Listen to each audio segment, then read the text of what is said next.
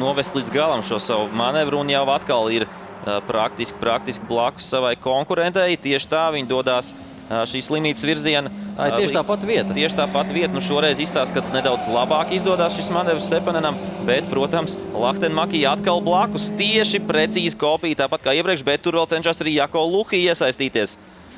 Jā, nu es domāju, ka Sepanenam bija jābūt nedaudz gudrākam un nepamanīja. Viņš vienkārši neredzēja, ka tur jau blakus ir Luhi. Jako Luhi, jā, sadursme starp šo pilotu Eriku Sepanenu. Viņš gribēja ieraut iekšmalā, tikt blakus šai konkurentai Lahtenmaki un nepamanīja Jako Luhi. Un, protams, viņš ir nežēlīgi dusmīgs uz savu konkurentu, kurš tieši vienkārši pierāva viņam priekšā, uzsit pa automašīnu un lika ieskriet betona apmalē. Es domāju, nepamanīju un nebija gaidījis, kad tur pietuvosies un jau iebrauks blakus tajā brīdī un bija šausmīgi koncentrējies uz savu cīņu ar redzēsim tūlīt atkārtojumā. Viņš devās tur nedomājot. Jā.